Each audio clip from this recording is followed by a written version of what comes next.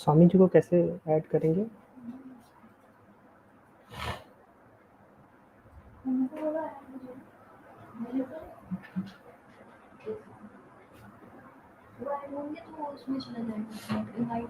अच्छा अच्छा।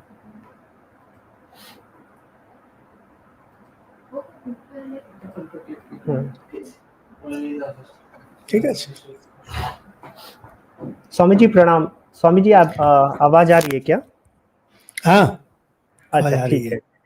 मुझे लग रहा है और स्ट्रीम मैंने बहुतों को बोल दिया है ज्वाइन करने के लिए हमारी तरफ से भी। जी जी सबको ऑन जी। कर लेना। कितने लोग ज्वाइन कर सकते हैं इसमें? इसमें कितने लोग ज्वाइन कर सकते हैं?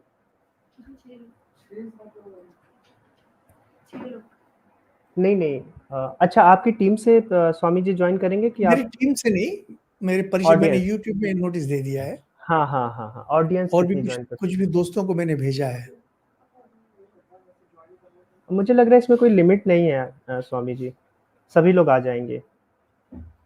ऐसा है? हम्म। रिकॉर्डिंग नहीं लिंक शुरू किया ना आपने?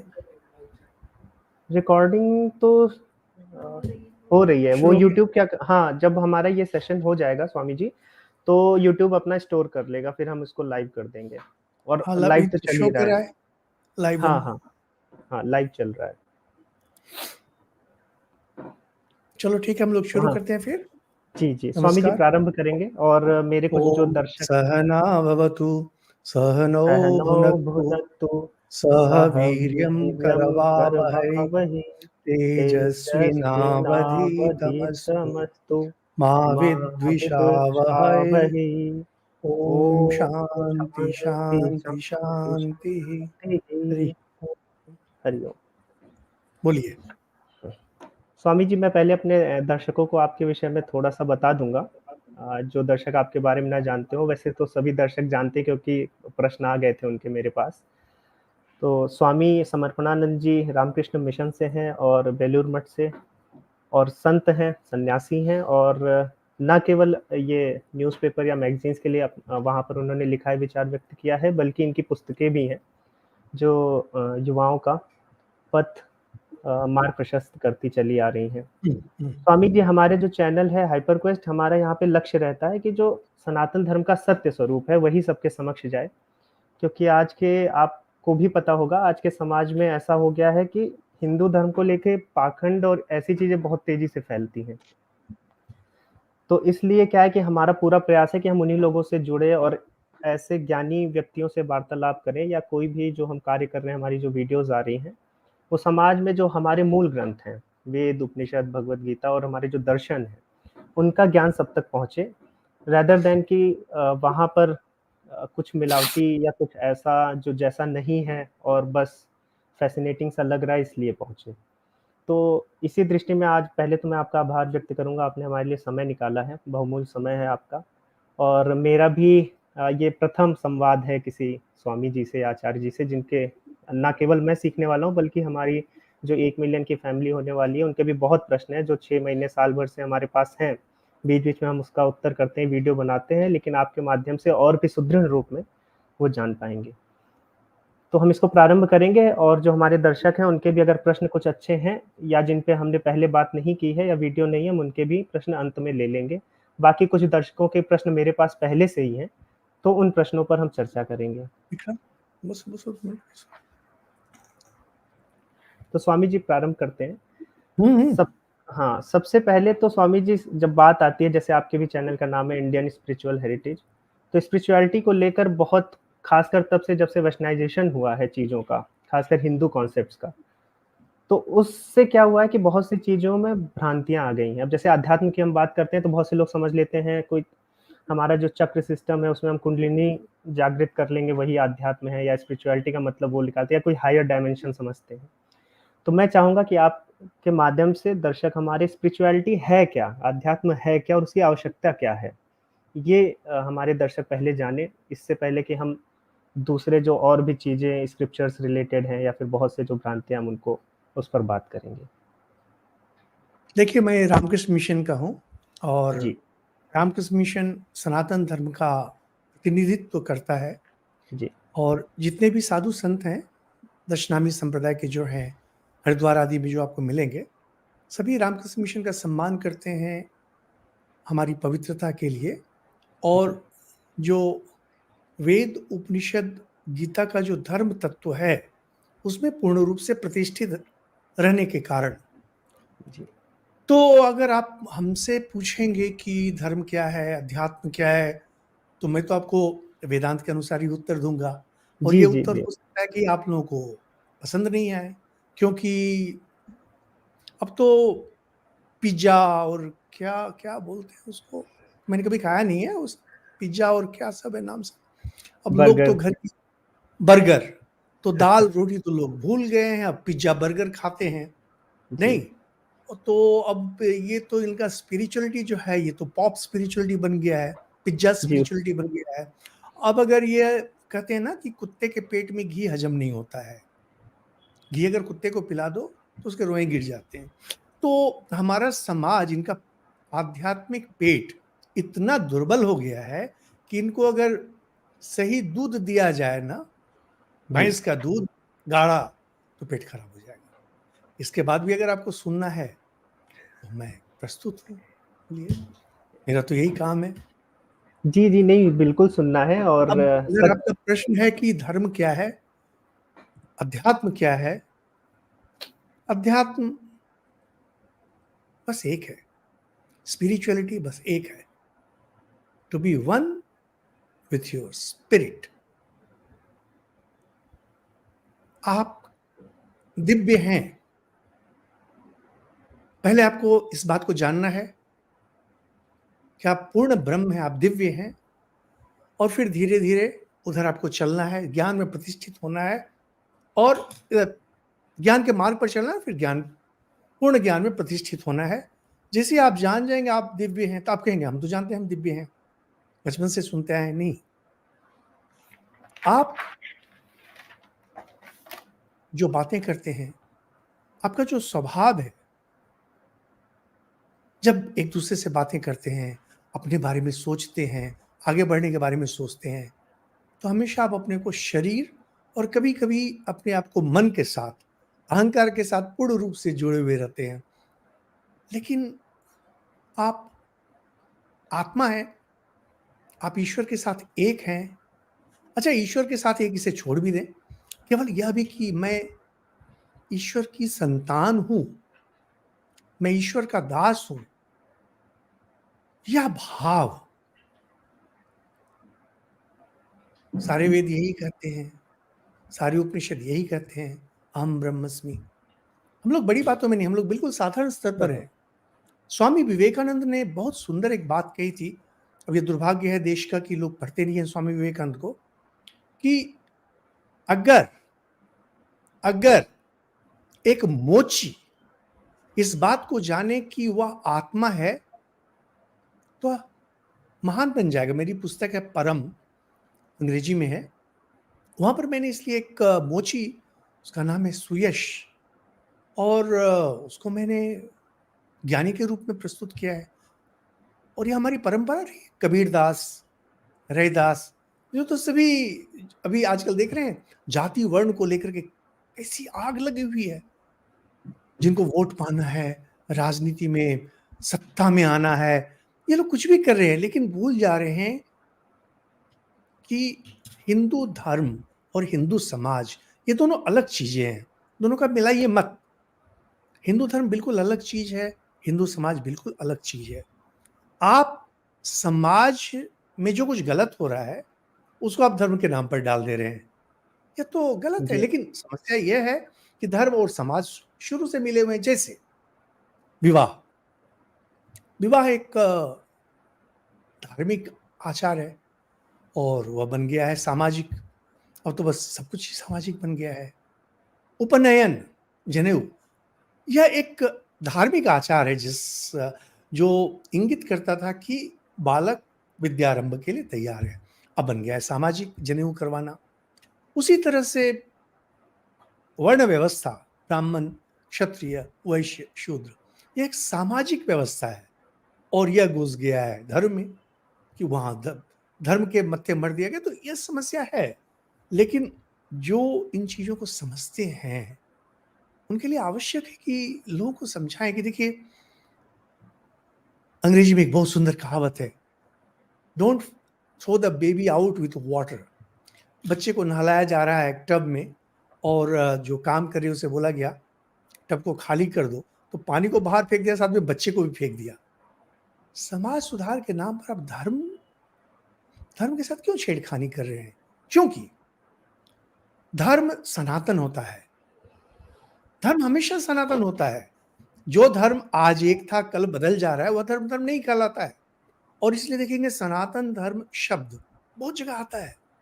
महाभारत में, मनुस्मृति में एष धर्म सनातनः, यह सनातन धर्म है। सनातन धर्म का अर्थ ही होता है जो किसी व्यक्ति विशेष पर निर्भर नहीं करता है, किसी जाति विशेष पर, किसी भौगोलिक अवस्था पर निर्भर नहीं करता है। यह सबके लिए है। जैसे मैं आपको साधारण बात बतलाता हूँ। हम लोग कहते हैं बहुत प्रसिद्ध गायत्री मंत्र। मैं जब बच्चा था तो मैंने सुना था कि गायत्री मंत्र गुरु के मुंह से कान में लिया जाता है जनेऊ के समय। तो उसके बाद मैं कहीं गया हुआ था, छोटा बच्चा था मैं उन दिनों, किसी स्कूल में, और वहां पर मैंने देखा वो दीवार पर बड़े बड़े अक्षरों में लिखा हुआ है, भूर्भुवः स्वः तत् सवितुर्वरेण्यम। आपके जो भी इष्ट है आप उसके प्रति प्रार्थना कर सकते हैं। हमारे यहाँ हम लोग के जो सन्यास गुरु हैं, उनको हमने पूछा था कि हम अपने इष्ट का ध्यान कर सकते हैं कि नहीं, इस मंत्र के। उन्होंने कहा हाँ अवश्य, क्योंकि भगवान, अगर आप कहें कि केवल राम भगवान है, केवल कृष्ण भगवान है, जब ये भी कुछ कुछ वैष्णव लोग बोलना शुरू किए हैं, यह हिंदू परंपरा नहीं है। अगर आप कहते हैं आप तो बनारस के हैं, आप बोलेंगे केवल शिव जी ही भगवान है, कोई समस्या नहीं है। समस्या केवल यह है कि फिर आप अब्राहमिक रिलीजन की तरह हो जाते हैं, आप यहूदी, क्रिश्चियन और इस्लाम की तरह हो जाते हैं। हिंदू लोगों का कहना है कि ईश्वर ही सत्य है और आप उस ईश्वर के साथ एक हैं, और ईश्वर का रूप कुछ भी हो सकता है क्योंकि वे अनंत है। अगर वे सीमित होते, अगर श्री रामचंद्र जी सीमित हों, तो केवल राम जी ही भगवान होंगे, इसमें कोई संदेह ही नहीं है। मैं समर्पणानंद हूं, मैं ही समर्पणानंद रहूंगा, बाकी जो समर्पणानंद होगा वो नकली होगा। इसीलिए जो लोग कहते हैं कि मेरा ईश्वर ही ईश्वर है, अनजाने ही वे अपने ईश्वर को सीमित बना दे रहे हैं, सीमित कर रहे हैं। अनजाने ही, क्योंकि उन्हें समझ नहीं है। लेकिन भारत में यह समस्या नहीं रही, क्योंकि हिंदू धर्म किसी एक ऋषि, किसी एक सन्यासी के बल पर नहीं टिका हुआ है। लोगों ने उसे ठीक ठाक कर दिया। अब जब आप प्रार्थना भी क्या कर रहे हैं गायत्री मंत्र में कि हे प्रभु मेरी बुद्धि जगे, मेरी मेधा जगे, जिससे कि मैं आप तक पहुंच सकूं, तो ये तो कोई भी कर सकता है। यह प्रार्थना कोई भी कर सकता है, किसी भी देश में कर सकता है, कहीं भी कर सकता है। इसे कहते हैं सनातन धर्म। हाँ, दुर्भाग्य यह रहा, जो कि वास्तव में दुर्भाग्य है, कि ब्राह्मण लोगों को दायित्व दिया गया कि आप वेद की रक्षा करेंगे, त्याग में प्रतिष्ठित रहेंगे, आप लोभ में नहीं जाएंगे, पैसा नहीं कमाएंगे। बस उन्होंने भी क्या किया बदले में, कहा कि ब्राह्मण छोड़कर वेद पढ़ने का अधिकार किसी को नहीं है। सर्वनाश कर दिया। तो ये तो सामाजिक समस्या है। अब लेकिन अब देखिए, अब तो खुल गए हैं। किसी भी अच्छे आप पुस्तकालय में जाइए, वेद उपलब्ध हैं। मैंने वेद विहंगम की रचना की इसी कारण से कि लोग उतना नहीं पढ़ सकते। अच्छा लीजिए, संक्षेप में जो मूल वक्तव्य है, जो आध्यात्मिक भाव है, इसको मैंने रख दिया। कितने पढ़ने वाले हैं? कौन पढ़ता है? केवल हल्ला करते हैं कि ब्राह्मण लोग ऐसा किए हैं, ब्राह्मण लोग वैसा किए हैं, मनुस्मृति की इतनी निंदा करते हैं। अवश्य कीजिए, लेकिन पढ़े हैं क्या? आप मनुस्मृति को पढ़े हैं, और पढ़े हैं तो समझने का प्रयास किया है। मैं मनुस्मृति पर वक्तव्य अपना दिए जा रहा हूं, पूरा इंडियन स्पिरिचुअल हेरिटेज में आपको मिलेगा हिंदी में। कहाँ सुनते हैं लोग? कुछ नहीं, केवल चीखने वाले हैं। तो अभी क्या हो गया है कि सुनने में तो बहुत बुरा लगता है। हमारे पूर्व प्रधानमंत्री राजीव गांधी जी, उन्होंने एक बहुत सुंदर बात कही थी कि भारत मीडियोक्रिटी के माध्यम से जा रहा है। लोग अनपढ़ भी नहीं है और लोग विद्वान भी नहीं है। देखिए विशाल जी, मैं आपको एक प्रश्न करता हूं। जी। स्वाधीनता के बाद से आज तक, स्वाधीनता के बाद से आज तक किसी एक ऐसे हिंदी लेखक का नाम लीजिए जो कि सच में, जिसको आप एक विश्व विश्व साहित्य की गणना में रख सके, जिनकी रचना को, बस हिंदी साहित्य, प्रेमचंद, खत्म। बहुत बातों, निराला जी का नाम कविता में थोड़ा ले लिया, एक दो नाम इधर उधर ले लिया, जयशंकर प्रसाद। अरे जयशंकर प्रसाद का नाम केवल हिंदी वाले ही जानते हैं, हिंदी के बाहर कोई नहीं जानते हैं। तूती बोलना उसको कहते हैं जो हर घर बोलता है। आपके घर में तो आपका बच्चा भी जो है ना, ढोल डमरू बजा देगा, स्टेज पे चढ़ के बजाओ। क्यों यह दुर्गति क्यों है हमारी? क्योंकि हम लोग मीडियोक्रिटी से जा रहे हैं। आपको पता है भारत में सबसे अधिक विश्वविद्यालय है पूरे विश्व में। कितने नोबेल प्राइज हैं हमारे? बोलेंगे पॉलिटिक्स से। अच्छा, हिंदी साहित्य में किसी को क्यों नहीं मिला नोबेल प्राइज? पॉलिटिक्स से। सब कुछ में दूसरे के बारे में आप बोल देंगे पॉलिटिक्स से। रचना को देखो, बिहार, उत्तर प्रदेश, मध्य प्रदेश, राजस्थान, हिंदी जहां बोली जाती है, उनके बगल में तो है बंगाल। कौन पढ़ता है हिंदी रचनाओं को अनुवाद में ही? लेकिन देखिए रामचरितमानस लोग पढ़ते हैं, हर भाषा में पढ़ते हैं। हमारे धर्म के साथ भी यही हुआ। हमारे जो धर्म गुरु हैं, आजकल हिंदी में बहुत गंदा शब्द इसके लिए आया है, धर्म के ठेकेदार। तो खैर इतना गंदा शब्द तो मैं नहीं बोलूंगा, लेकिन जो अपने को धर्म के रक्षक मानते हैं, मैंने तो सुना इधर उधर से कुछ कुछ लोग जो बहुत प्रसिद्ध हैं, जिनके शिष्यों की संख्या लाखों में, गर्व से कहते हैं मैंने वेद उपनिषद नहीं पढ़ा है। अरे वेद उपनिषद अगर आपने नहीं पढ़ा है तो फिर आप क्या दे रहे हैं लोगों के समक्ष? आप क्या दे रहे हैं? आप अपना ज्ञान, आप अगर अपना ज्ञान दे रहे हैं, क्या आपको निर्विकल्प समाधि हुई है? क्या आप निर्विकल्प समाधि में प्रतिष्ठित रहे हैं? क्या भगवान साक्षात आपको आकर बोले हैं? अब हो सकता है झूठ बोल दें, वो बोले कि हाँ भगवान जी तो हमको बोले हैं। अगर आपको भगवान जी बोले हैं, तब तो हम लोग 100 साल प्रतीक्षा करेंगे आपके मरने की। क्योंकि अगर सच में भगवान आपको बोले हैं, फिर तो आप महान संत हैं। जो महान संत होते हैं, उनका नाम उनके मरने के करीब 100 साल बाद फैलना शुरू होता है। तो आप जीवित हैं, आपको हम क्या गिने? क्योंकि आप एक बात बोलेंगे और आपकी बात को कोई भी व्यक्ति काट देगा, खंडन कर देगा। धर्म इसे नहीं कहते हैं। धर्म वह है जो आपको आत्म साक्षात्कार कराए। और कौन सा आत्म साक्षात्कार? आप कहेंगे मेरा तो हमेशा आत्म साक्षात्कार हो रहा है। देह रूप में, देह को भी आत्मा बोला गया है, लेकिन यह निकृष्ट आत्मा है। प्राण निकृष्ट है, मन निकृष्ट है, बुद्धि निकृष्ट है। और बुद्धि के परे जो है, सा काष्ठा सा परागति, वह आत्मा है। उसमें जब आप प्रतिष्ठित होते हैं, तब आपको पता चलता है कि सब कुछ मुझसे ही निकला है। अच्छा मुझसे ही निकला है, बुरा मुझसे ही निकला है। या जो गुंडे हैं, बदमाश हैं, ये भी हमसे ही निकले हैं। और जो संत महात्मा ये भी हमसे ही निकले हैं। इसीलिए आप देखेंगे हमारे पुराणों आदि में ना, इसी तरह से कहानियां बना करके रखी जाती, जैसे रत्नाकर दिखा रहे हैं कैसे रत्नाकर वाल्मीकि बनते हैं। कहानी कितनी सच है झूठ हम लोग को नहीं पता है, लेकिन इतना पता है कि सही और गलत, इस दोनों का विभाजन सफेद और काले में नहीं किया जाता है। क्योंकि अगर आप दुर्गा सप्तशती का पाठ करें, विशेष करके पंचम अध्याय, तो वहां देखेंगे माँ दुर्गा कैसे करें कि सब कुछ वही है। निद्रा रूपेण संस्थिता, ये जो निद्रा आपकी है वह भी माँ है। भ्रांति रूपेण संस्थिता, भ्रांति भी वही है और ज्ञान भी वही है। तो जो कहते हैं कि मैं धार्मिक नहीं हूं, आध्यात्मिक हूं, आध्यात्मिक कुछ किताब पढ़े हो तब ना, उपनिषद पढ़े हो, गीता पढ़े हो। और ये जो टुटपुंजिये हैं अभी आजकल के गुरु, इनकी बातों को सुन करके जो बन गए, अब उनके बारे में हम लोग क्या बोलें। जहां मूर्खों की जमात खड़ी हो वहां आवश्यक रहता है कि आप अपना मुंह बंद रखें। तो हम लोग मुंह बंद रखते हैं, क्या करेंगे। धर्म, जब यही अध्यात्म 4 स्तर पर विभाजित हो जाता है। पहला स्तर होता है दर्शन का, जहां पर कि एक व्यक्ति अपने विचार के अनुसार, चिंतन के अनुसार ईश्वर तक पहुंचना चाहता है, इसे दर्शन कहते हैं।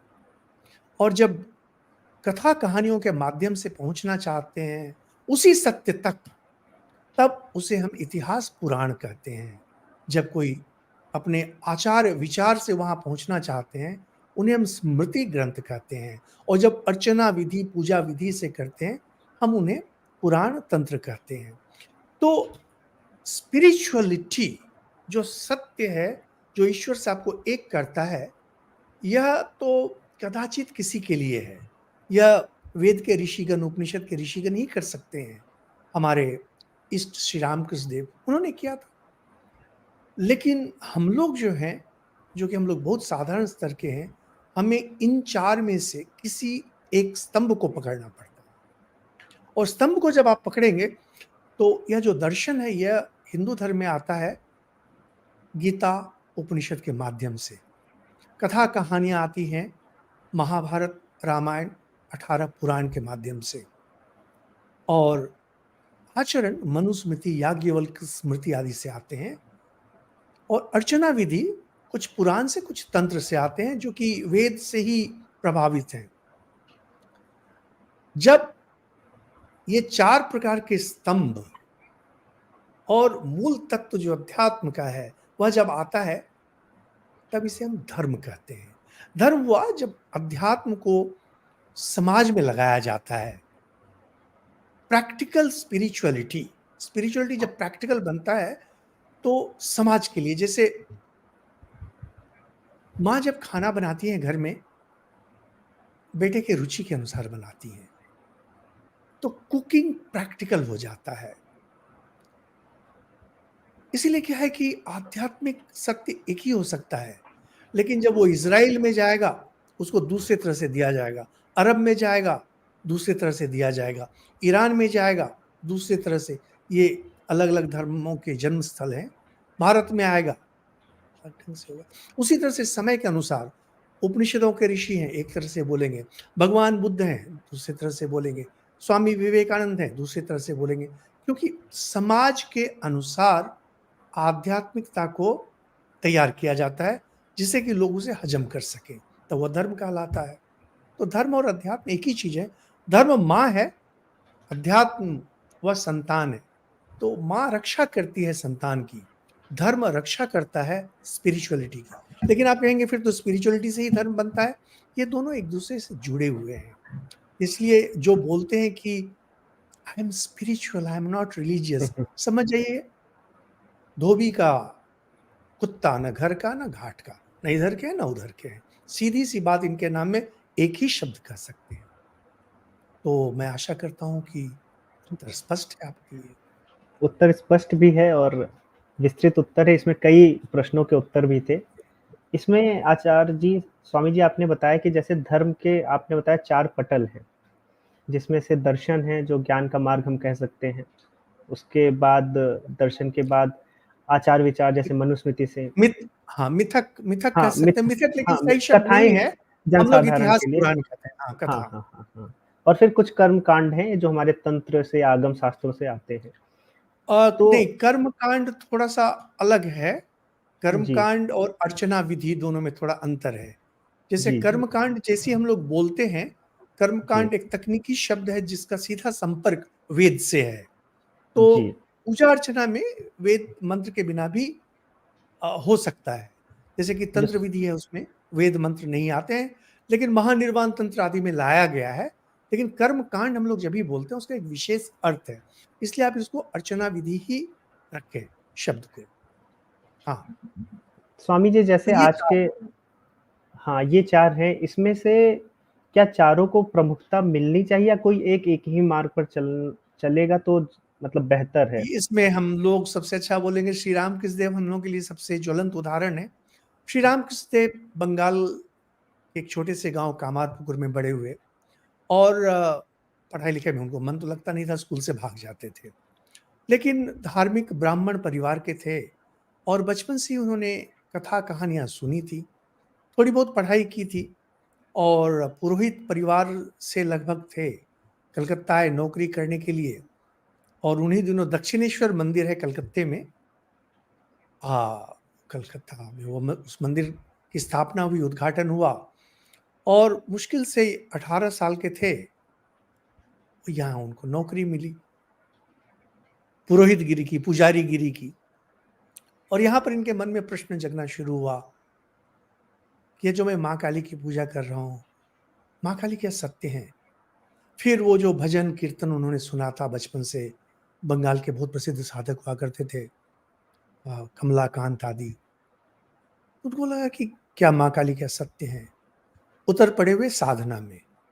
और चूंकि पुजारी थे, उन्हें मंत्र दीक्षा मिली हुई थी, बस वो मंत्र जप करना और बिल्कुल कोई उनको मार्ग निर्देश करने वाला नहीं, कोई गुरु नहीं, कुछ नहीं। और ये जो 4 स्तंभ के बारे में हमने बातें की, कोई स्तंभ नहीं, कुछ नहीं, केवल अपनी व्याकुलता, एकाग्रता, भक्ति के माध्यम से उन्होंने धर्म का ज्ञान पाया। और उसके बाद फिर आना शुरू हुए। भैरवी ब्राह्मणी नाम की एक महिला थी जिन्होंने उन्हें तंत्र और पुराण मत में दीक्षित किया, साधना करवाई। फिर बाद में तोतापुरी आए जिन्होंने उनको वेदांत साधना करवाई। और इस प्रकार हम देखते हैं श्री रामकृष्ण देव के जीवन में कि भारत में जितने भी आध्यात्मिक मार्ग थे, हर मार्ग से उन्होंने साधना की और फिर उन्होंने बतलाया मत पथ, ये सभी मत हैं, सभी पथ हैं। और कोई व्यक्ति अगर निष्ठापूर्वक अपने पथ पर चलता रहे, आध्यात्मिक पथ पर, तो उन्हें ईश्वर ज्ञान होगा ही होगा। यह 4 जो हमने आपको बतलाए, ये 4 एक श्रेणी जो है, या कोई बिल्कुल कहेंगे कि बिल्कुल ऐसा ही है, ऐसा नहीं है, क्योंकि एक दूसरे पे चढ़ जाते हैं। जैसे अगर श्रीमद् भागवत पुराण आप पढ़ें, अध्ययन करें, तो देखेंगे उनमें कथा कहानियां भी हैं और धर्म तत्व भी हैं, आध्यात्मिक तत्व भी हैं और पूजा अर्चना विधि भी है, आचार व्यवहार के बारे में भी है। तो पुराणों में सब कुछ मिलता है, ऐसा नहीं कि नहीं मिलता है। तंत्र भी अगर आप अध्ययन करें तो देखेंगे सब कुछ आते हैं। उसी तरह से अगर आप गीता पढ़ें तो गीता में भी देखेंगे कि कुछ कुछ अर्चना विधि, आचार विधि, ये सब भी आते हैं। साधारणतः समझाने के लिए इसको कहा जाता है ब्रॉड क्लासिफिकेशन। तो मनुस्मृति में भी हम देखते हैं कि कुछ दर्शन की भी प्रारंभ में मनुस्मृति के बात है। साथ एक बहुत बड़ी समस्या क्या है, मनुस्मृति में मनुस्मृति का जो आध्यात्मिक तत्व है, यह बिल्कुल चलता है उपनिषद से और सृष्टि तत्व ये लेते हैं पुराण से। लेकिन उसके बाद वो पूरा आचार पर उतर आते हैं। जी, अगर आप बोलेंगे आध्यात्मिक भाव, तो थोड़ा उसमें कम है, क्योंकि मूल उनका है कि शुद्ध आचार के माध्यम से कैसे कोई व्यक्ति अपने मन को पूरा शुद्ध बना ले, जहां से उसे ईश्वर ज्ञान हो। पतंजलि का योग शास्त्र अगर आपने अध्ययन किया हो, तो शुरू में ही बोलते हैं योगा चित्त वृत्ति निरोध। विरोधा। चित्त वृत्ति का निरोध, चित्त वृत्ति निरोध का अर्थ होता है मन को शुद्ध करना। मन को शुद्ध आप कैसे करेंगे? तो आचार शुद्धि, मनु आचार शुद्धि सिखाते हैं। आचार शुद्धि के माध्यम से भी आपका मन शुद्ध बनेगा, मन एकाग्र बनेगा। शुद्ध मन और एकाग्र मन दोनों एक ही होते हैं। यही स्वामी जी, जैसे मनुस्मृति की हमने बात की और अभी इसके पहले भी आप बता रहे थे कि जब समाज धर्म में और धर्म समाज में लाया जाता है, मिश्रण होता है, तो वहीं से भ्रांतियां प्रारंभ होती हैं। तो क्या हम ये कह सकते हैं कि मनुस्मृति एक धार्मिक ग्रंथ ना होकर एक सामाजिक ग्रंथ है? मनुस्मृति को छोड़ दीजिए, मनुस्मृति के नाम पर ही लोग भड़क उठते हैं, दंगा हो जाते हैं, ग्रंथ जलाए जाते जी। हैं और मुझे आप पिटवाने का प्लान कर रहे हैं। नहीं, नहीं, मनुस्मृति नहीं, पर नहीं। अगर मैं आपको स्वयं की सुनना है, मेरी जिज्ञासा है। हाँ। मनुस्मृति अगर आपको सुनना है, मेरा इंडियन स्पिरिचुअल हेरिटेज चैनल हाँ, है, हाँ। वहाँ पर शास्त्र की व्याख्या पूर्ण रूप से है, सुने उसको। इसके आगे जी। मैं आपसे बात नहीं करूँगा मनुस्मृति पर। आपको जानना है, आपको सीखना है, अब क्या ये सब है, अब ये पॉलिटिक्स जिस चीज़ में आ गया हो, उसके बारे में अब हुँ, हम हुँ। क्या आपसे बात करें। हुँ, हुँ। ये तो अब वो जो हैं पॉलिटिशियन, उनसे जाकर के पूछिए, जो लोग ये सब जी। कर रहे हैं, तो वो अब नहीं, जिनको समझना ही मनुस्मृति नहीं है, के हाँ, समझना हाँ। नहीं है। उसको पढ़ने का प्रारंभ मैंने भी किया है और शुरू में जिस प्रकार से आपने बताया अध्यात्म नहीं, सृष्टि वो प्रकरण। आप देखिए, मनुस्मृति को अगर आप अपने अनुसार पढ़ेंगे, आपको नहीं जी, समझ में आएगा। लेकिन जी। अगर शुरू में मेरे जो है व्याख्या, उसको अगर 2-3 भी अगर आप सुन लें, आपको पूरा स्पष्ट हो जाएगा, मनु बाबा हुँ, क्या चाहते थे और जी। क्यों ऐसा बोला गया है। और ये जो विभाजन आदि है, मनु का नहीं है विभाजन, समाज में यह विभाजन था, उसको उन्होंने केवल कोडिफ़ाई किया। जैसे अभी जो भारतीय संविधान है, यह कहना कि भारतीय संविधान इन्होंने रचना की, उन्होंने नहीं, भारतीय समाज ऐसा ही है। उसको उन्होंने सुंदर से एक आकार दे दिया। तो आकार देने को रचना करना नहीं कहते हैं। जी, स्वामी जी। ये स्वामी जी इस विषय से अब अलग हटेंगे। जिस प्रकार किसी को हमारे दर्शकों को मनुस्मृति अगर पढ़ना है या समझना है तो स्वामी जी का चैनल है, इंडियन स्पिरिचुअल हेरिटेज। स्पिरिचुअल तो हेरिटेज, हाँ, तो उसमें वहाँ पर मनुस्मृति जाकर पर क्या जी। स्वामी जी जब भी धर्म की बात आती है, हम लोग धर्म पे चर्चा काफ़ी कर भी लिए हैं। तो धर्म की जब बात आती है तो पहला ये आता है कि जो धार्मिक व्यक्ति है उसको रूढ़िवादी या फिर ऐसा माना जाता है कि उसको विज्ञान नहीं समझ में आएगा। एक ये परसेप्शन नहीं, बन गया। आपकी बातें स्पष्ट नहीं है। जो अच्छा। धार्मिक व्यक्ति होते हैं, धार्मिक व्यक्ति को देखकर आज के समाज में एक परसेप्शन बन गया है कि ये वैज्ञानिक दृष्टिकोण नहीं रख सकते या फिर विज्ञान से ये चीज़ें नहीं समझ सकते। एक तरह का परसेप्शन ऐसा बन गया है या फिर जो हमारे बच्चे आ रहे हैं या नई जनरेशन आ रही है, तो उनका ये होता है कि धर्म की आवश्यकता है क्या? उनको किस प्रकार से हम समझा सकें कि धर्म की ये आवश्यकता है, उनके जीवन में क्योंकि जीवन में अभी हम जो देखते हैं वो, जो विभिन्न तरह के मार्ग बताए जा रहे हैं, एडवर्टाइज़मेंट आते अभी हैं, देखिए पैसा सीधी-सी बात है, मैं आपको 2 बात बतलाऊँगा। धर्म और विज्ञान एक साथ चल सकते हैं कि नहीं चल सकते हैं, या अब्राहमिक जो धर्म है, अब्राहमिक धर्म, यानी यहूदी, इस्लाम, क्रिश्चियनिटी, इनकी समस्या है। जी, क्योंकि इनके अनुसार ईश्वर अलग है, संसार अलग है। लेकिन हिंदू धर्म में हमारे यहाँ ईश्वर के बाहर कुछ नहीं है।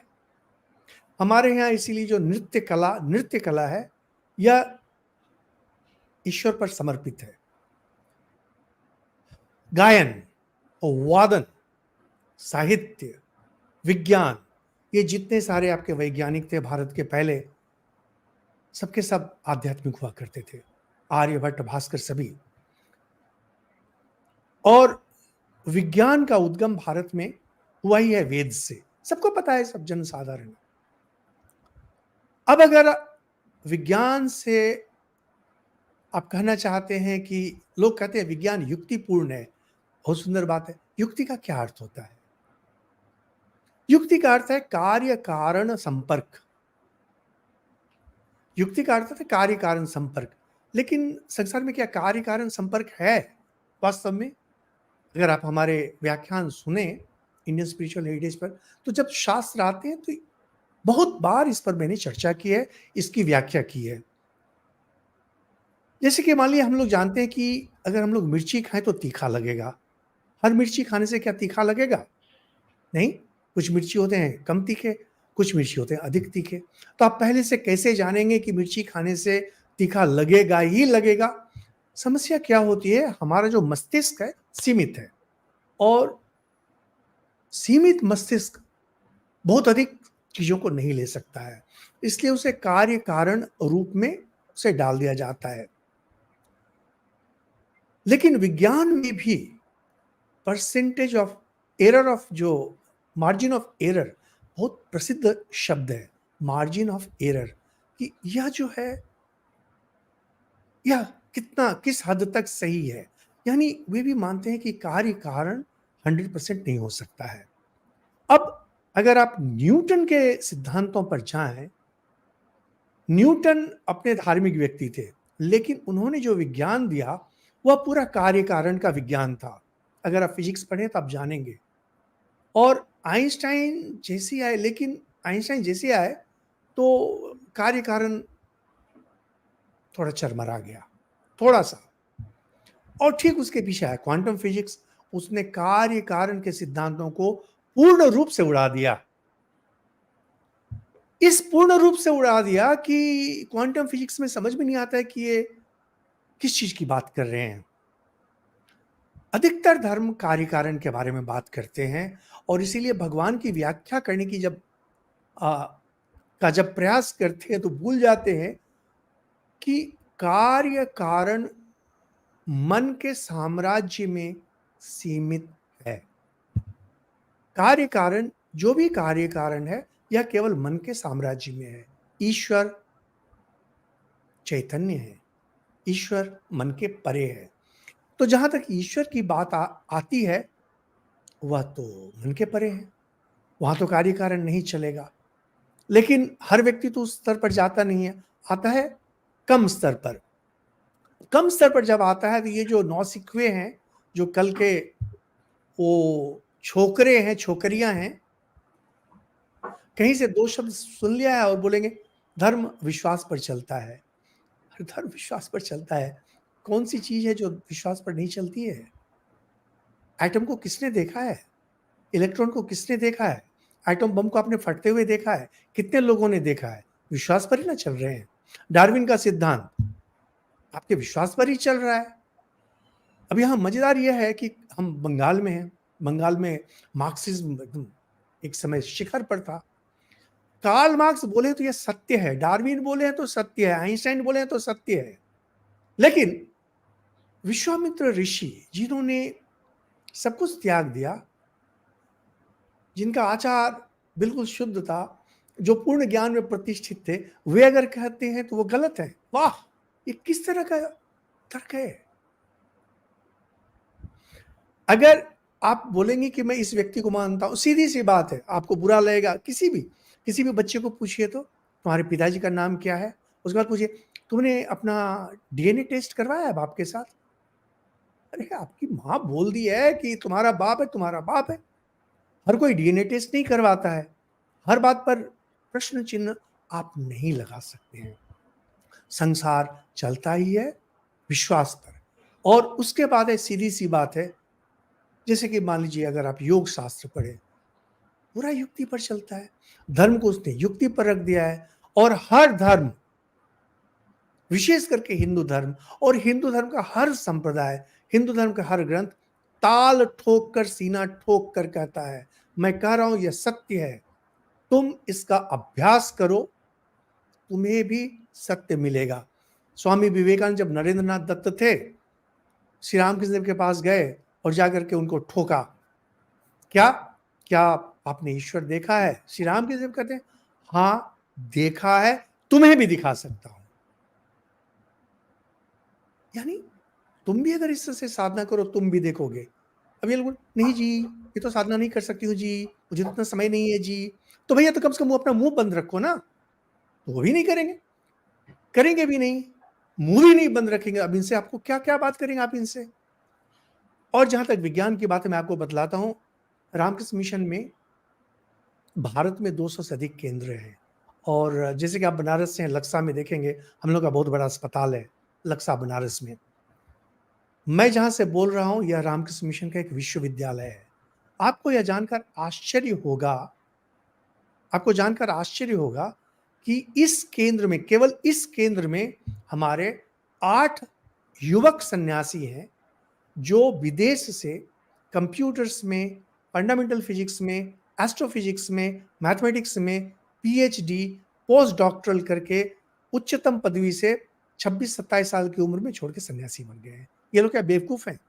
और तुम टुटपुंजिया डिग्री लेकर के तुम अपने को महान समझते हो? जहां तक तुम कभी पहुंचने का सपना भी नहीं देख सकते हो, वहां तक पहुंचकर उसको लात मारकर ये सन्यासी बने हैं। हमारे रामकृष्ण मिशन में एक सन्यासी हैं, मैथमेटिक्स में उनको शांति स्वरूप भटनागर अवार्ड मिला है। तो क्या बेवकूफ आदमी है? हमारे यहाँ अभी जो वाइस चांसलर हैं, हमसे छोटे हैं, कंप्यूटेशनल ज्योमेट्री में आईआईटी खड़गपुर से वो पीएचडी हैं, भारत के अभी भी श्रेष्ठतम कंप्यूटर वैज्ञानिक में से हैं। तो ये लोग क्या बेवकूफ हैं? और ये तुम्हारे टुटपुंजिया ज्ञान लेकर के जरा सा कौन सी एक छोटी सी किताब पढ़ ली, अपने को समझने की पूर्ण ज्ञानी हो गए। शंकराचार्य जैसा युक्तिपूर्ण व्यक्ति आपको मिलेगा भारत में? स्वामी विवेकानंद जैसे युक्तिपूर्ण व्यक्ति मिलेंगे? ये सब टुटपुंजिया लोग हैं, टुटपुंजिया बातें करते हैं, न युक्ति समझते हैं, न तर्क समझते हैं, न दो पुस्तकें इन्होंने पढ़ी है, न किसी ज्ञानी का संग किया है, न इच्छा रखते हैं, धैर्यपूर्वक सुन भी नहीं सकते हैं। इनको तो बस चाहिए एक वो जो है ना, वो कोई छोटा सा ढोल मजीरा पकड़ा दो, छोटे बच्चे तुतही बजाते हैं और वो सब ढोल पीटते हैं ना, पकड़ा दो और अपना ढिढोरा पीटते रहेंगे। पिज्जा बर्गर खाएंगे, बड़े बड़े लंबे लंबे भाषण मारेंगे और धर्म बकवास है। जी मैं तो धर्म को मानता ही नहीं हूँ जी। क्या क्या बात करेंगे इनसे? सतही लोग हैं, विचार इनके सतही हैं, गुरु इनके सतही हैं, तो क्या बोला जाएगा। श्री रामकृष्ण बहुत सुंदर बोलते थे, हग्गु गुरु कपत्तू चेला। तो पूरा भारत ये सब बना हुआ है, बनो, कोई क्या कर सकता है इसमें? आप अगर मुड़कर देखें, आपके जो पिता पितामह थे, आपकी जो दादी माँ थी, नानी थी, उनका धर्म भाव देखिए आप। ये लोग सभी बेवकूफ थे ना? ये स्वामी विवेकानंद एक जगह कहते हैं, वर्तमान शिक्षा क्या है? वह सिखाता है तुम्हारा बाप मूर्ख था, तुम्हारे दादाजी पागल थे। बस वो उसी चीज को लेकर के हम लोग चल रहे हैं। एक वाक्य में आप उड़ा देते हैं कि सारे कि वाल्मीकि, व्यासदेव सभी बेवकूफ थे, सभी पागल थे। अरे गजब है यार। जहां पर एक रचना तो तुम कर नहीं सकते हो, 4 वाक्य ना हिंदी में लिख सकते हो ना अंग्रेजी में लिख सकते हो, और तुम एक बात बोलो ओ धर्म तो बकवास है जी, अनसाइंटिफिक है जी। अरे आओ ना, तुम देखें कितना तुम साइंस समझते हो, तुम्हारा विज्ञान को ही हम समझे। एक बार मैं एक जगह गया हुआ था लिटरेरी फेस्टिवल में, तो वहां एक युवक था फिजिक्स का, कुछ हमारी बातें हो रही थी और मैंने बतलाया नील्स बोर के बारे में कुछ, तो बोला स्वामी जी नील्स बोर का तो बहुत बड़ा अवदान नहीं था पीरियडिक टेबल में।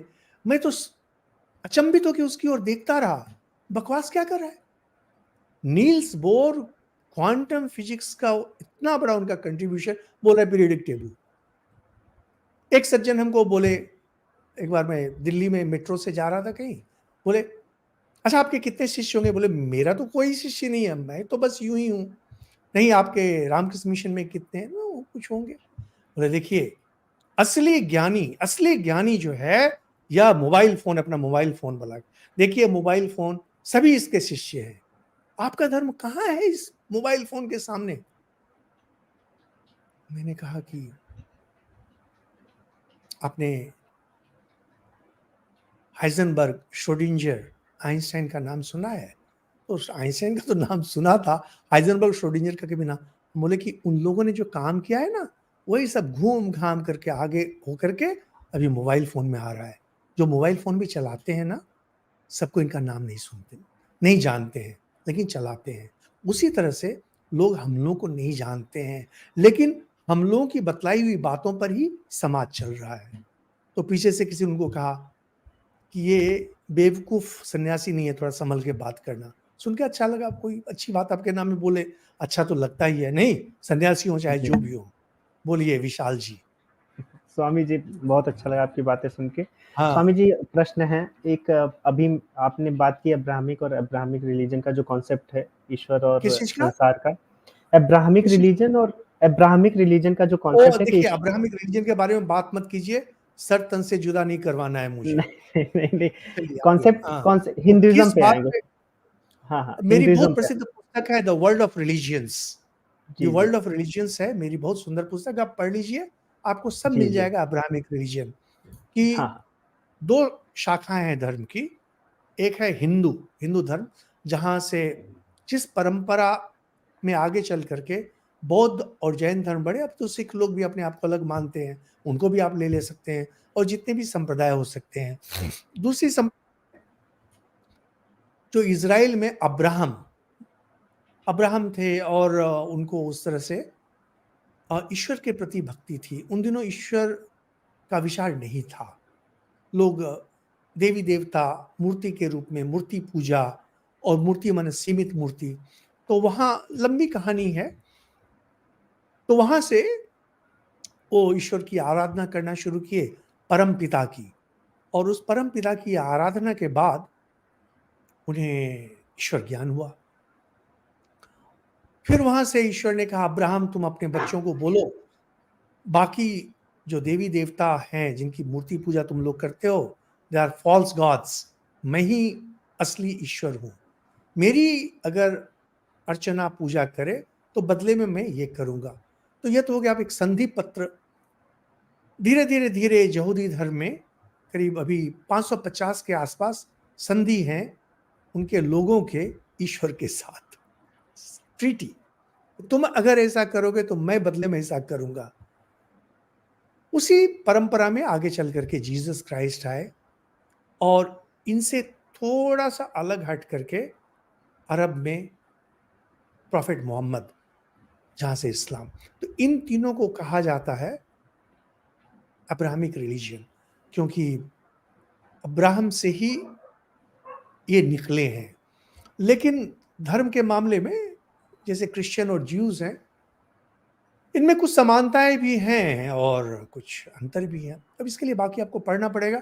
अगर आप बहुत बिल्कुल सही कम में जानना चाहते हैं तो मेरी बहुत सुंदर पुस्तक है the world of religions, internet पे टाइप करेंगे आपको मिल जाएगा, फ्रीली अवेलेबल है।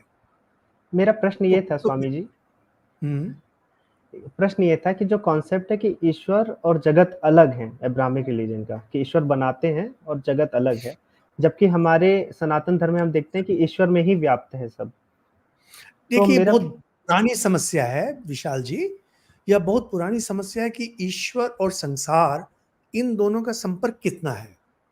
या जैसे कि क्रिश्चियनिटी में भी आप देखेंगे, उनके जो बहुत बड़े साधक आदि हुए थे, वे लोग उसको अलग नहीं देखते हैं। लेकिन कुछ कुछ उनके दार्शनिक थे जिन्होंने की दोनों को अलग देखा और अलग रूप में ही चलते हैं। एक बहुत प्रसिद्ध फिलोसफर थे फ्रांस में, रेने डेकार्ट, जिन्होंने graph X axis Y axis को दिया। तो उनके बाद से यह और भी अधिक हो गया। कार्टेशियन डिवाइड इसको बोलते हैं कि भगवान और संसार बिल्कुल अलग अलग है। हिंदू धर्म में भी यह समस्या है। जैसे हिंदू धर्म में जैसे कि मान लीजिए योग दर्शन है या सांख्य दर्शन है, इसमें ईश्वर और जगत अलग है। पुरुष प्रकृति, पुरुष व चैतन्य, प्रकृति है जड़, संसार है जड़, और पुरुष है आत्मा। तो यह ईश्वर और जगत बिल्कुल अलग चीज है। यह धारणा हिंदू धर्म में भी है, नहीं ऐसा नहीं, वेदांत में नहीं है। वेदांत के अनुसार गीता में भगवान बार बार बोलते हैं कि सब कुछ मैं ही हूं। वे तो यह कहना, लेकिन क्या है कि जब साधारण बुद्धि से देखा जाता है, साधारण बुद्धि का अर्थ होता है कि जो बिल्कुल एक गरीब आदमी है, किसान है, आज से 50 साल पहले का सोचे, उसकी धारणा धर्म के बारे में क्या है। तो जब आप दूसरे दूसरे धर्मों में जाएंगे तो वो कहेंगे कि ईश्वर ऊपर में है, हम जगत में हम अलग हैं। लेकिन अभी भी अगर आप भारत के गांव में जाएंगे तो वो इस तरह से नहीं कहेंगे। उनके लिए ईश्वर ही सब कुछ बने हैं। इसीलिए हम लोग मूर्ति पूजा करते हैं। हमारी मूर्ति पूजा और अब्राहमिक धर्म की जो मूर्ति पूजा है, दोनों बिल्कुल अलग चीज है। हम लोग ईश्वर को सर्वव्यापी मानते हैं, जो कण कण में विराजमान है। ये बहुत सुंदर है ना दुआ, जो राम दशरथ का बेटा, वही राम घट घट में लेटा, और वही राम जगत पसेरा, वही राम जगत से न्यारा। अब इसमें है क्या कि आप किस पक्ष को लेते हैं। जगत से न्यारा, जगत से अलग है, घट घट में लेटा, और वहीं पर आप उसको एक एक ऐसे महापुरुष के रूप में देख सकते हैं जो दशरथ पुत्र थे। तो यह तो आपकी मानसिकता पर, आपकी रुझान पर, आपके आध्यात्मिक भाव पर निर्भर करता है। लेकिन जब कोई अधिक शक्तिशाली हो जाता है, जिसकी प्रभुता बहुत बढ़ जाती है, वह जब जबरदस्ती बोलना शुरू करता है कि नहीं मैं जो कह रहा हूं बिल्कुल यही सही है, तब समस्या शुरू होती है। हिंदू धर्म में ऐसा नहीं होता है। हिंदू धर्म हम लोग एकम सद्विप्रा बहुधा वदन्ति। जब तक आप इस सत्य को मानते हैं, यह संसार अंतिम सत्य नहीं है, मृत्यु के साथ यह जीवन समाप्त नहीं हो जाता है, और यह जो देह है आपकी, यहीं तक आप सीमित नहीं है। इस तरह से जब तक आप मानते हैं, इन दोनों को कोई समस्या नहीं है।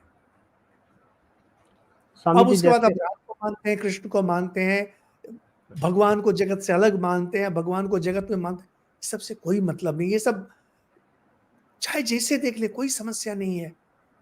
केवल आप जाने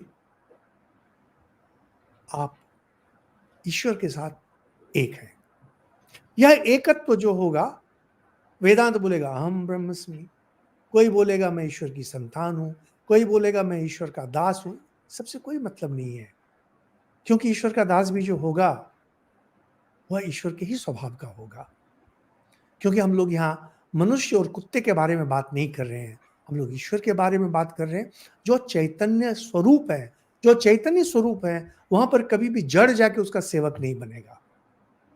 बस धर्म अति सहज है, लोग इसे बहुत विचित्र कॉम्प्लेक्स बना क्लिष्ट है। देते। स्वामी बोलिए। जी जैसा कि आपने वेदांत से बताया कि एकता का भाव है, अहम ब्रह्मास्मि की बात होती है कि भगवान व्याप्त ही है, सबके अंदर ही है, अपनी पोटेंशियल को रियलाइज करना है। इसमें एक प्रश्न उठता है और काफी सब्सक्राइबर्स मुझसे काफी बार पूछ चुके हैं कि जब कण में जिस प्रकार हम बात कर रहे हैं, हम एकत्व की बात करते हैं, तो जब ईश्वर सब में है तो फिर ये गलत कार्यों को करने की प्रेरणा कहाँ से आती है, या दुखों का भोग जो है? ईश्वर अगर सर्वत्र है, ईश्वर ही सब कुछ है, तो गलत काम भी ईश्वर ही है, और ये दुख जो है यही यह भी प्रश्न ईश्वर होता का है। ही रूप है। फिर समस्या कहाँ है? जैसे ईश्वर को हम सच्चित आनंद से परिभाषित समझ करते हैं तो नहीं नहीं नहीं नहीं नहीं विशाल जी, नहीं विशाल जी, नहीं अच्छा, नहीं, आप गड़बड़ी कर चुके हैं। आप गड़बड़ी कर चुके हैं।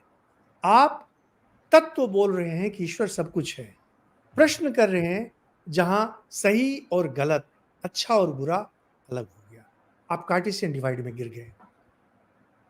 वेदांत बहुत ही आसान है। I am Jesus the Christ, I am Judas इस्कारियट,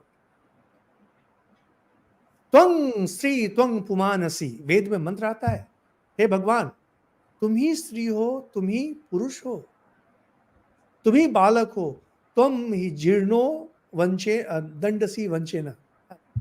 तो जो बूढ़ा आदमी ठक ठक करके जा रहा है ना लाठी लेकर के, जो बीमार है वह भी भगवान ही है, जो डाकू है वह भी भगवान का ही रूप है, जो मर्डरर है वह भी भगवान का ही रूप है, जो अच्छा है वह भी भगवान का रूप है, जो गलत है भगवान का ही रूप है। क्यों ऐसा हो रहा है? भगवान से मिल लीजिए, पूछ लीजिएगा, हमसे क्यों पूछ रहे हैं? भगवान मालिक है, हम क्या नहीं। प्रश्न है कि भगवान ऐसा क्यों करते, तो मैं भगवान का कोई दलाल हूं क्या? अरे मैं तो दलाली नहीं करता हूं, मैं भगवान का दलाल थोड़ी हूं, मैं भगवान का स्पोक्स पर्सन नहीं हूं। हाँ, जब मुझे दुख होता है मैं भी बोलता हूं ओ प्रभु फिर से, लेकिन दुख भी तो भगवान ही है। वैसे इसके बाद आपको बतलाऊं अगली बात, अगर जीवन में उद्देश्य है भगवान की ओर बढ़ना, तुम जीर्णो दंडे न वंचसी, जो सही उसमें हठात नहीं आया था, तुम जीर्णो दंडे न वंचसी, भगवान के अगर बढ़ना है तो अच्छा और सुख कभी भगवान की ओर नहीं बढ़ाता है, केवल दुख ही हमें भगवान की ओर बढ़ाता है। जो भगवान के भक्त होते हैं उनके साथ अधिक बुरा होता है। जो भगवान का भक्त है ना, जो कबीरदास जी बहुत सुंदर बोले हैं, जो घर जा रहे आप ना चले हमारे साथ। अगर भगवान तुम्हारा घर नहीं जला देते हैं तो तुम खुद जलाओ, क्योंकि संसार में अगर तुम बासा पकड़े हो तो भगवान तक तो जाने की तुम्हारी संभावना ही नहीं है। जो सच में भगवान के प्रति समर्पित है उसे तो दुख ही दुख मिलेगा। उसे रुकने, बीच बीच में थोड़ा सा सुख देते हैं। सुख हुआ जैसे कोई पथिक चलते चलते थक गया, थोड़ा बैठ गया, विश्राम किया, सुख वह विश्राम है। दुख वह पथिक पथ है जहां पर कि आपको चलना है। पहाड़ पर जब आप चढ़ते हैं ना, दुख ही दुख होता है, बहुत कष्ट होता है। पर्वतारोहण जो करते हैं उन्हें बहुत कष्ट होता है, लेकिन रुकते भी हैं बीच बीच में। संसार में जो अच्छा है, संसार में जो सुख है, यह विश्रामागार है। और जो कष्ट है पर्वतारोहण है ईश्वर की ओर। कोई बुराई नहीं है इसमें। अब आप बोलेंगे कि भगवान क्यों ऐसा किए? क्योंकि आप विषयी हैं, आप भोगी हैं। आप भगवान को उस कामधेनु के रूप में देखना चाहते हैं, जहां पर कि सब कुछ आप अपनी मर्जी के अनुसार चाहते हैं, और आप चाहते हैं आपकी मर्जी भगवान के सर पे थोपी जाए। भगवान जी, मैं चाहता हूं ऐसा हो। अब आप सोचिए, बहुत सुंदर कहानी है, बचपन में हमने पढ़ी थी कि एक भक्त भगवान जी के पास जा रहे थे। तो बस धोबी बोलता है, प्रभु को बोलेगा अभी बारिश नहीं करें, कपड़े सूख रहे हैं। और उधर एक किसान था, बोलता भगवान जी को बोलेगा बारिश दीजिएगा, हमारे खेत सूखे जा रहे हैं। अब भगवान जी क्या करेंगे? अब बारिश करें कि बारिश नहीं करें? प्रकृति क्रियमाणानी, ये सारी चीजें प्रकृति से होती हैं। भगवान को कोई मतलब नहीं सबसे। भगवान को आपको हंसी से भी मतलब नहीं है, भगवान को आपको दुख से भी मतलब नहीं है। तो आप बोलेंगे कि तो मैं भगवान को क्यों भजूं? मत भजिए। कौन बोला आपको भजने के लिए? यह इस्लाम नहीं है जहां आदेश दिया गया है कि तुम 5 बार नमाज पढ़ो। तो फिर मैं क्यों धर्म में जाऊं? क्योंकि यह आपका स्वरूप है, और स्वरूप में हर व्यक्ति जाना चाहता है। जैसे दिन भर के काम के बाद रात में आप बिस्तर पर जाते हैं सोने के लिए, वहां पर जाकर के आप अपने आप हो जाते हैं। अभी आप काम कर रहे हैं, अभी जिस चीज में आप लगे हैं, यह आपका बाह्य रूप है। आपका वास्तविक रूप बिछावन में खुलता है। आपका वास्तविक रूप ईश्वरीय है। इसीलिए आपको अपने स्वरूप की ओर जाना पड़ेगा। एक निकृष्ट व्यक्ति के समान जब आप सोचते हैं भगवान आकाश में हैं और वहां से हमें देख रहे हैं, तो एक तरफ तो यह आपकी निकृष्टता का परिचय है, और साथ में वास्तव में ऐसा कुछ नहीं होता। जो असली धर्म है, असली स्पिरिचुअलिटी है, असली भक्ति, ये भाव है, जो कुछ भी है, यह है कि मैं इसलिए करता हूं क्योंकि यह मेरा स्वरूप है, और मैं अपने स्वरूप की ओर बढ़ना चाहता हूं। मैं अपने स्वरूप में अवस्थित होना चाहता हूं। धर्म, स्पिरिचुअलिटी, बस यही एक है, अपने स्वरूप में अवस्थित होना। इसका सांसारिक चीजों से कुछ लेना देना नहीं है। निरामिष खाना, आमिष खाना, शादी करना, सन्यासी बनना, इस सबसे कोई मतलब नहीं है। बस इसका एक उद्देश्य है, तुम्हारे लिए जो सहज सरल पथ है, सीधा पथ है, उस पथ को अपनाओ, स्वरूप में अवस्थित हो जाओ, बस, और कुछ नहीं। स्वामी जी, इसमें 1 घंटा एक हो गया, प्रश्न, 1 घंटा हो गया, 1 घंटा। बस मैंने एक बोला था प्रश्न, 45-50 मिनट। बोलिए। अंतिम प्रश्न ये, जैसे आप बता रहे हैं कि सांसारिक जीवन से हट के अपने स्वरूप में स्थित होना ही धर्म है और हमारा वही उस तरफ ही अवस्थित होना चाहिए। तो इससे ये माना जाए कि जो सांसारिक जीवन या जो जीवन हम जी रहे हैं पूर्णतया अर्थहीन है, मतलब इसमें चाहे आप मर्डर कर दीजिए या फिर चाहे आप ओलंपिक मेडल जीत लीजिए, उसका कोई औचित्य एज़ सच अब है नहीं। देखिए क्या होता है कि एक बहुत सुंदर है यहाँ बंगाल में कहावत, मामी जी को अगर मूछें होती तो क्या हम उन्हें मामा कहते? नहीं। मामी को अगर मूछें होती तो क्या हम मामा कहते? इस तरह की अवान्तर प्रश्न, ये सब क्या है? ये अगर ऐसा होता, आप करके देखिए ना। किया है कभी आपने? डकैती की है कभी, विशाल चौरसिया जी? दम है नहीं, नहीं। आप में करने का? चोरी की है? हाँ, किसी लड़की पे हाथ चलाने का दम है आप में? फिर ऐसे प्रश्नों को मत कीजिए। जो डाकू है वो आके हमसे बात करे, उसको मैं उत्तर दूंगा। ये थियोरेटिकल, ये अगर ऐसा होता, वो अगर ऐसा होता, वो, इसका कोई अर्थ होता है? लोग डाकू इसलिए बनते हैं क्योंकि उन्हें मार खाना होता है। जैसे डॉक्टर लोग दवा भी देते हैं, इंजेक्शन भी देते हैं और सर्जरी भी करते हैं, भगवान वैसे ही अलग अलग लोगों को अलग अलग पथ से ले जाते हैं। जिस व्यक्ति में हिंसा वृत्ति रहती है और पर द्रव्य को हड़पने की इच्छा होती है, लेकिन पर द्रव्य को हड़पना तो अच्छी बात नहीं है, इसीलिए उसको गिराते गिराते गिराते डाकू बना करके फिर मारेंगे, फिर उसको फांसी दिलवाएंगे, और जन्म जन्मांतर तक वो इस तरह से करेगा, फिर उसको कभी लेगा। क्या हो रहा है इस, जैसे रत्नाकर डाकू। अब रत्नाकर डाकू तो वाल्मीकि बने ही थे, इसलिए अगर आप बोलते हैं कि कोई डाकू अगर है तो कभी कुछ नहीं हो सकता, तो ऐसी बात नहीं है। रत्नाकर डाकू तो वाल्मीकि बने ही थे। देखिए, प्रश्न को सतही मत रखिए। अब जब वेदांत की बात कर रहे हैं, थोड़ा अंदर जाइए। मैंने कहा, जो अपने स्वरूप की ओर जाना चाहता है, अगर एक डाकू अपने स्वरूप की ओर जाना चाहता है, कभी डकैती नहीं करेगा। एक खूनी अपने स्वरूप की ओर अगर जाना चाहता है, कभी खून नहीं करेगा। जो व्यक्ति अपने स्वरूप में प्रतिष्ठित होना चाहता है, वह कभी नारी संग नहीं करेगा। फिर ऐसा क्यों करते हैं लोग? फिर शादी क्यों करते हैं? क्योंकि अभी तक उस स्तर पर, उस ऊंचाई पर नहीं पहुंच सके हैं। उन्हें सहारे की आवश्यकता है। ठीक है, सहारा लो, आगे बढ़ो। एक समय आएगा, सहारा छोड़ो, आगे बढ़ो। सीधी बात है। धर्म इतना जटिल नहीं है जितना लोग बना देते हैं इसको। अब प्रश्न का तो कोई अंत नहीं है, कुछ भी, ये भी प्रश्न कीजिए, वो भी प्रश्न कीजिए, इसे नहीं होता है। नहीं। जी बोलिए स्वामी विशाल जी। जी, आशा है कि मैंने आपको पूर्ण रूप से संतुष्ट हाँ, कर हाँ। दिया, और जी, जी। और आपका बहुत काफ़ी अच्छा। समय भी हमने लिया है और हाँ, हाँ, प्रश्नों समय को तो, तो हाँ, काफ़ी डिटेल में आपने उत्तर दिए हैं और हाँ, आप, आपके जो श्रोतागण हैं उन्हें बोलिएगा, हम लोग का चैनल है हाँ, इंडियन हाँ, स्पिरिचुअल हेरिटेज, और छोटे-छोटे हेरिटेज क्लिप्स आते हैं। श्रेयपथ नाम का एक है, उसमें हम लोग छोटे-छोटे क्लिप्स देते हैं। जैसे जी, वाल्मीकि रामायण की संपूर्ण व्याख्या है हमारे चैनल पे, हिंदी में।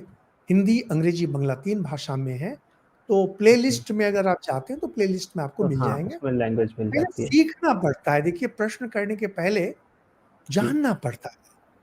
बिना जाने ही लोग धाएँ, धाएँ, धाएँ, धाएँ शुरू करते हैं, तो ये सब जो है एक, आप कह सकते हैं एक ओछापन, एक जी, सतही स्वभाव इसका परिचय देता है, तो इसमें क्या बोलेंगे। तो आशा करता हूँ कि आप संतुष्ट हुए विशाल जी। जी, जी, धन्यवाद। जी, जी। नमस्कार आप सबको। धन्यवाद। जय हो।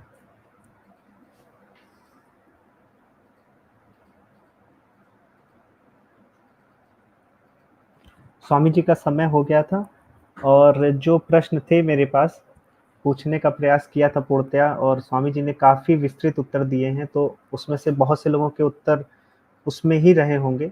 तो देखने में तो 4 से 5 प्रश्न ही हो पाए हैं, लेकिन काफ़ी विस्तृत व्याख्यान चला है, तो उसमें आप लोग को काफ़ी कुछ प्रश्नों के उत्तर मिले होंगे। और अंत में 1-2 प्रश्न मैं कमेंट से भी लेना चाहूँगा। आप लोगों ने कुछ है क्या कुछ प्रश्न? फिर उसके बाद 5:30 पे हम यहाँ समाप्त करेंगे।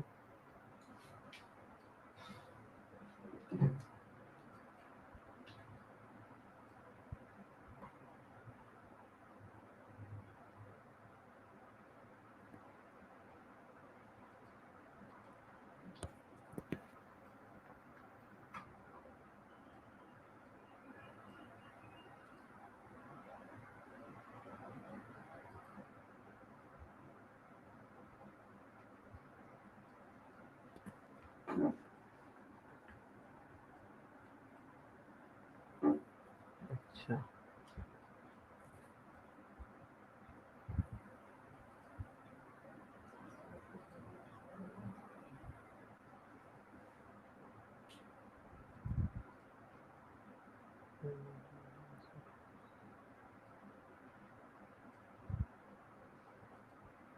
प्रश्न मैं ढूँढ रहा हूँ, कोई प्रश्न मिल जाए। मुझे लग रहा है आपसी वार्तालाप यहाँ पर ज़्यादा हुआ है।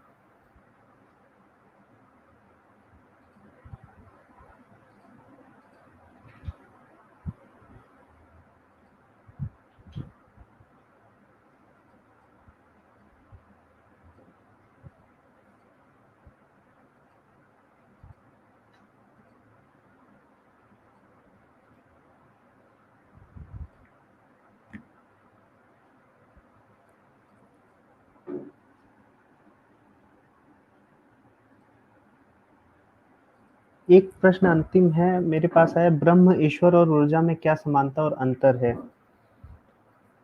ब्रह्म, ईश्वर और ऊर्जा, कई-कई अगर आप दर्शन पढ़ेंगे, हिंदू दर्शन, तो कहीं पे जैसे सांख्य देखेंगे तो पुरुष और प्रकृति की बात की गई है, और प्रकृति में ही मैटर और एनर्जी को रखा गया है, पुरुष को सिर्फ और सिर्फ चेतना मानी गई है।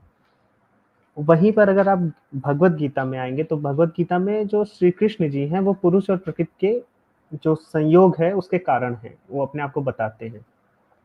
वहां पर वो पुरुष को ब्रह्म के रूप में भी व्याख्या किए हैं। तो आप एक तरह से कह सकते हैं कि ईश्वर निमित्त कारण हो गया, अगर आप भगवत गीता से देखेंगे, जो कि श्री कृष्ण जी हैं। और ऊर्जा को उस तरह से नहीं देखना चाहिए, ऊर्जा इसी जगत का ही भाग है, और इसलिए वो ब्रह्म और ईश्वर की कहीं-कहीं समानता होती है, लेकिन ब्रह्म को अगर हम आत्मा मानेंगे, तो वो उपादान कारण हो जाएगा। जैसे किसी वस्तु को बनाना है, तो आपको बनाने वाला पता होना चाहिए कि कौन बना रहा है, किसकी डिज़ायर है, किस चीज़ से बना रहा है और क्या बन रहा है। तो जो निमित्त कारण है, अगर ईश्वर की अवधारणा है, तो निमित्त कारण ही होते हैं। ब्रह्म जो है, जब आत्मा जैसा देखा जाता है, तो जैसे वेदांत में ब्रह्म को उपादान कारण भी माना गया कि ब्रह्म ही अपने स्वरूप को बदलते हैं जगत में। तो अगर ईश्वर को आप इस तरह से देख रहे हैं निमित्त कारण, तो ईश्वर से ब्रह्म की समानता हो सकती है अगर ब्रह्म को भी निमित्त कारण माना गया। लेकिन अगर ब्रह्म को भी आत्मन माना गया है, तो वो अपने स्वरूप को बदलते हैं, और ईश्वर अपने स्वरूप को बदल कर कोई नई चीज़ नहीं बनाते हैं, वो सिर्फ निमित्त कारण है, डिज़ायर होती है उनकी बनाने की। इस प्रकार से दर्शनों में समझाया गया है। तो आई होप कि इससे आपको आंसर मिला होगा कि ब्रह्म, ईश्वर और ऊर्जा में क्या समानताएँ हैं और असमानताएँ हैं।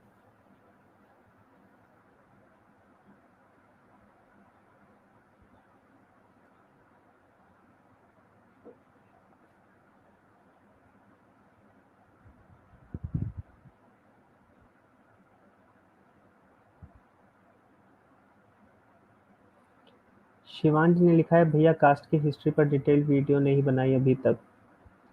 जी ज़रूर, इस पे रिसर्च चल रहा है, इस पर एक वीडियो आएगी इस मंथ या अगले मंथ, क्योंकि और भी प्रोजेक्ट्स पे हम लोग काम कर रहे हैं। बहुत जल्दी बहुत सी चीज़ें हम लोग बताएंगे आपको, साथ में वीडियोस आएंगे ही। आज भी एक वीडियो अपलोड होगी अभी इस सेशन के बाद, बड़ी वीडियो है, तो आप लोग के पास समय होगा तो उसको ज़रूर देखिएगा। और साकार और निराकार को लेकर बहुत से प्रश्न हैं, जैसा कि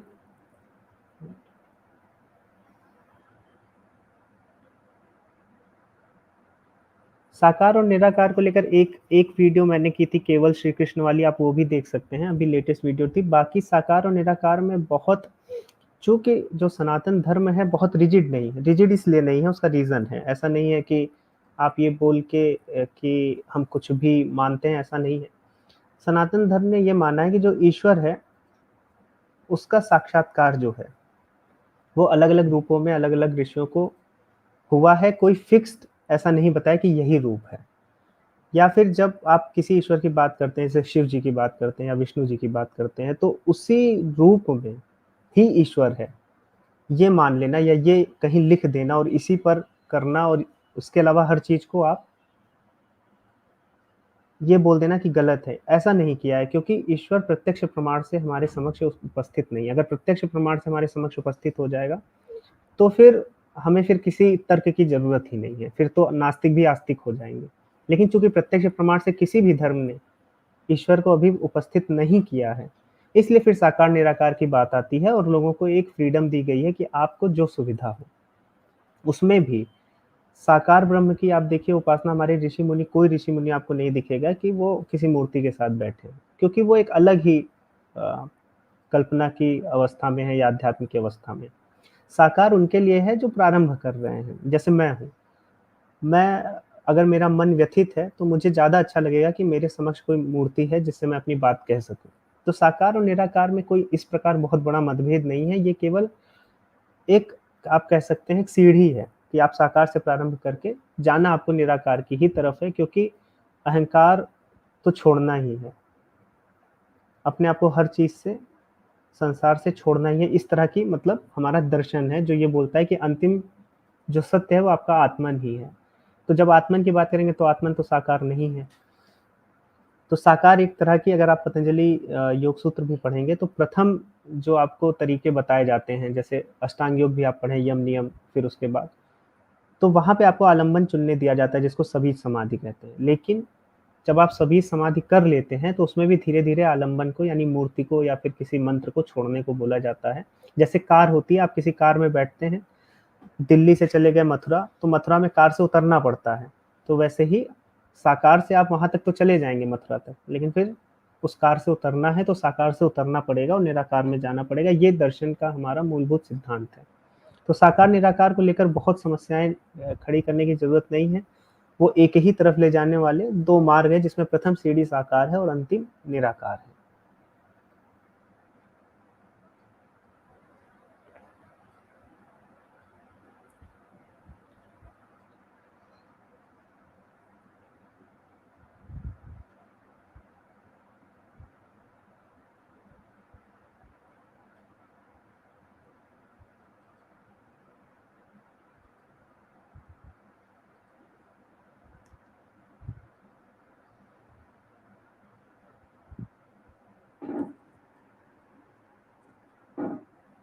एक प्रश्न आया है कि पुराणों को माने या नहीं? देखिए, आपके पास जब इतने ग्रंथ हैं, कोई ऐसा सनातन धर्म ग्रंथों से अभाव में नहीं है। अगर आप खोजने जाएँगे तो आपको ऐसे-ऐसे ग्रंथ मिलेंगे कि आपका घर भर जाएगा। तो जब इतने ग्रंथ उपस्थित हैं और उसमें भी आपको बोला गया है कि सभी सभी का मूल वेद है, तो वेदों को ही क्यों ना पढ़ा जाए? वेदों को ही पहले क्यों ना समझा जाए? ऐसा भी बोला गया होगा, लेकिन चूँकि वेद क्लिष्ट हो जाते हैं, इसलिए फिर कुछ ऋषि मुनियों ने उनको पुराण में बदला और फिर पुराण कहानियों पर आधारित हो गया और घर-घर में भजे जाने लगे, मतलब कुछ भी क्रियाएँ होती हैं। तो पुराण को अगर आप उस तरह से देखेंगे कि चीज़ें इस तरह से ही हुई हैं, तब फिर आप अपने आप को मतलब भ्रांति में डाल लेंगे। पुराण, मैंने बहुत सी वीडियोज़ बनाई हैं, जो भी कथाएँ पुराण से ली हैं, उनके पीछे का जो वैदांतिक, या जो आप बोल सकते हैं जो सार है, वो ज़रूर बताया है। और उसी के ही अनुसार बहुत ढेर सारे जो अ, आप ये कह सकते हैं कि गलत बातें फैलाई जाती हैं, उनका भी हमने खंडन किया है। तो पुराण को बिल्कुल मानना चाहिए, लेकिन पुराण को उनके पीछे का मर्म समझते हुए, कथाओं को एज़ इट इज़ लेना, एक तरह से आप कह देंगे, आप अपने साइंटिफिक टेम्परामेंट से आप क्या कर रहे हैं, एक अनजस्टिफाई कर रहे हैं उसको। तो पुराण मानिए, लेकिन पुराण की कथाओं के पीछे के मर्म को, और वो तभी समझ में आएगा जब आपको दर्शन समझ, क्योंकि आप देखिए जब भी धर्म बनता है, तो दर्शन, जैसे स्वामी जी भी बता रहे थे कि दर्शन प्रमुख स्तंभ है। दर्शन के ही आधार पर माइथोलॉजी, जिसको आज बोलते हैं और लोग भड़क उठते हैं कि माइथोलॉजी मत बोलिए, तो जो ये पुराण है, दर्शन ही आधारित है। इनफैक्ट महाभारत के भी आप प्रथम खंड पढ़ेंगे तो वो, उसमें भी आपको दर्शन मिलेगा। आप कोई भी ग्रंथ उठाएँगे हिंदू धर्मशास्त्र का, तो दर्शन से ही शुरू होता है या अध्यात्म से ही शुरू होता है, क्योंकि प्रथम अ, लक्ष्य ये है कि आप पहले दर्शन को समझ लीजिए, मूल सिद्धांतों को समझ लीजिए, फिर कथा। अब जैसे हमारी कथाओं में पुनर्जन्म को बार-बार बताया जाएगा, मोक्ष को बार-बार बताया जाएगा, श्राप, श्राप एक तरह से कर्म सिद्धांत है। आपने कुछ गलत किया, आपने किसी को हर्ट किया, उसने श्राप दे दिया। लेकिन क्या श्राप सही में लग जाता है? इस तरह से मैं लगा सकता हूँ क्या किसी को? तो ये एक सिद्धांत बताया जा रहा है कि ये सिद्धांत है और उस पर कथा लिखी गई है, और फिर वो पुराण, जिससे सभी जनसाधारण समझ पाएँ।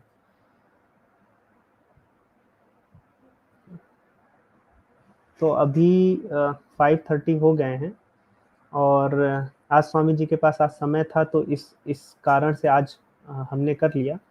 बाकी मैं भी अगर लाइव करूँगा बहुत जल्दी, अकेले में तो सारे प्रश्नों को फिर से लेंगे, शायद दूसरा लाइव होगा हमारा। और अगर आपको प्रश्न भेजने हैं उस लाइव के लिए, मान लीजिए हम 25 तारीख या दिनांक के अराउंड फिर से करेंगे, तो आप तब तक हमें प्रश्न भेज सकते हैं, या तो हमें इंस्टाग्राम पे मैसेज कर दीजिए या तो ईमेल कर दीजिए। तो उनको भी हम फिर उस लाइव में ले लेंगे, और डायरेक्ट जो प्रेज़ेंट में आते रहेंगे, उनको भी ले लेंगे। आज तो बहुत ज़्यादा समय भी हो गया है। बाकी आई होप कि साकार निराकार में ब्रह्म, ईश्वर की जो अवधारणा है, इसके साथ-साथ अगर आपको सच में दर्शन, जैसे जो भी उत्तर है वो दर्शन में मिल जाते हैं, बहुत आसानी से मिल जाते हैं। जैसे स्वामी जी भी बात कर रहे थे, तो योग शास्त्र की काफ़ी बात कर रहे थे वो, जैसे चित्तवृत्ति निरोधा की उन्होंने बात की, उसके बाद विभूतिपाद में बहुत ढेर सारी शक्तियों की बात है। तो वो तभी मुझे समझ में आ पा रही थी स्वामी जी की बातें, क्योंकि मैंने दर्शनों को पढ़ा हुआ है। तो दर्शनों को आप सभी पढ़िए, चाहे जहाँ से पढ़िए, मतलब आपको कुछ अच्छी पुस्तकें मिल जाएँ या फिर कुछ एक्सप्लेनेशन मिल जाए। बाकी आप उदयवीर शास्त्री जी की किताबें मतलब दर्शन की 6 किताबें हैं, आप उनको भी खरीद के पढ़ सकते हैं। साथ में अगर आपको समझ में नहीं आता है और मैं भी समझा रहा हूँ अपने शिक्षणम पर, तो आप शिक्षणम पे भी पढ़ सकते हैं, लेकिन दर्शनों को पढ़िए। क्योंकि दर्शन नहीं पढ़ेंगे तो क्या होता है कि पौराणिक कथाओं में फिर आपको उल्टी-सीधी चीज़ आप पढ़ते हैं, और चूँकि उसके पीछे का मर्म सही होता है, लेकिन वो आपको फिर उल्टा-सीधा लगने लगता है। उन दर्शनों को पढ़ने से आपके जितने रीति-रिवाज हैं, उनके पीछे का भी कॉन्सेप्ट समझ में आएगा कि हाँ, ये चीज़ इसलिए की जा रही है। हाँ, अंतिम संस्कार आग से हमें इसलिए जलाया जाता है, या साधु-संतों को आग से इसलिए नहीं जलाया जाता है, अंतिम संस्कार नहीं। तो ये सब दर्शनों से आता है। या श्री कृष्ण जी ने विराट रूप लिया, तो उनका विराट रूप ऐसा ही क्यों था? शिव शक्ति की बात करते हैं, तो हम शिव शक्ति को अर्धनारीश्वर रूप में ही क्यों दिखाते हैं? तो ये जितनी भी चीज़ें हैं, आपको दर्शनों में मिल जाएगी। दर्शन नहीं पढ़ सकते हैं, तो सांख्य और योग, ये आपको भगवद गीता में भी श्री कृष्ण जी अर्जुन को समझा रहे हैं, तो आप भगवद गीता भी पढ़ के समझ सकते हैं। बहुत से लोग पूछते हैं भगवद गीता कौन-सी पढ़ी जाए? तो आप आचार्य आदि गुरु शंकराचार्य जी की ले सकते हैं, उनका भाष्य ले सकते हैं, उनको पढ़ सकते हैं।